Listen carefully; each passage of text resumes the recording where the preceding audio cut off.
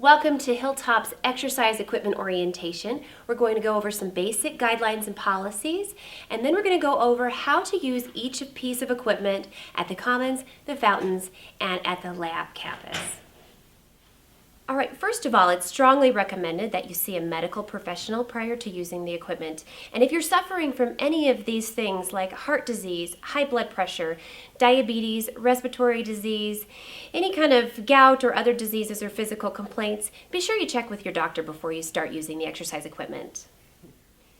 Equipment orientation is required prior to use, and that's exactly what you're doing here with this video orientation. This video orientation can be found on our Hilltop employee portal site. The next requirement we have for your use of the exercise equipment is a signed fitness equipment and activity waiver and release. You'll find these waivers and releases in the sign-in notebook. All right, we want you to be sure to know that use of equipment is completely voluntary. It's in no way related to your required work duties. So in that, you want to be sure that you're using the equipment only on your non-working hours.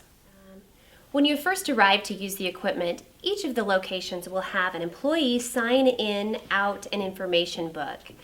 You're going to want to be sure to sign in each time you use the equipment.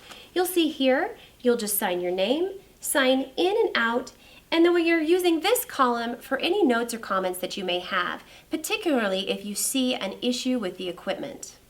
On the back of your waiver and release, you'll find the equipment policy. You'll want to familiarize yourself with this policy before you sign the waiver.